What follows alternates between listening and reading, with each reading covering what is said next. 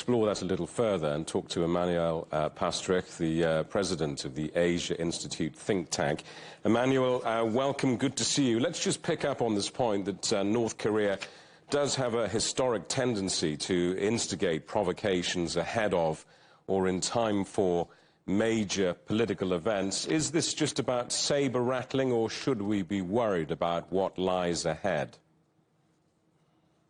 Well, I think there definitely are some significant shifts taking place to be concerned about. Specifically, decision on the part of the Union administration of the South to suspend all the military agreements reached in 2018 to normalize ties has sort of opened the door for escalation on both sides.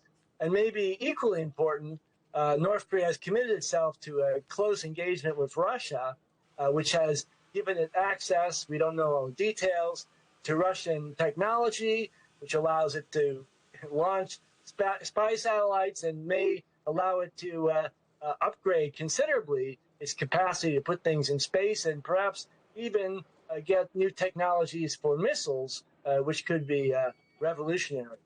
A meeting between China, Japan, and South Korea's foreign ministers was held back in November, and the three sides agreed to try to lay the groundwork for a trilateral meeting between their leaders. How do you see that evolving in the coming year?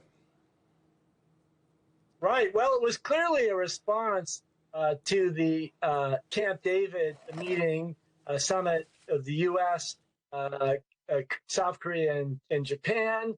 In this case, working towards something which might take place in the following year. Obviously, it would be a positive development, and I guess we have to contrast the U.S., Korea, South Korea, China, and the South Korea, Japan, U.S., South Korea, Japan with the China, South Korea, Japan meeting, in that one was much more high-level coordination, but was very much focused on military and security issues and much less on some of the more technical issues for our time.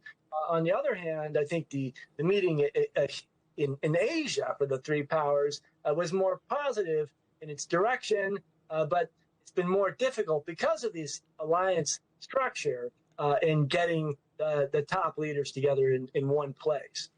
Your thoughts on Japan's decision to ship Patriot missiles to the United States? Does that surprise you? Well, it's perhaps a natural result of some developments going on, but it's certainly very worrisome.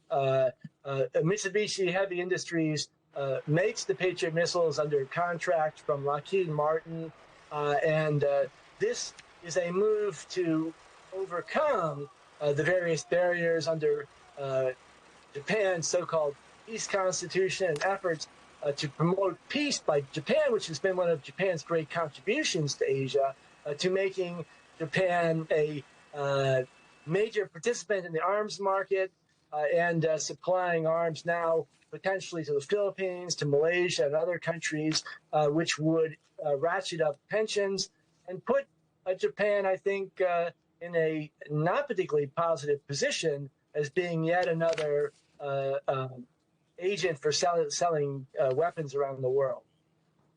Emanuel, good to see you, and Happy New Year. Emanuel Pastreich, the president of the Asia Institute think tank.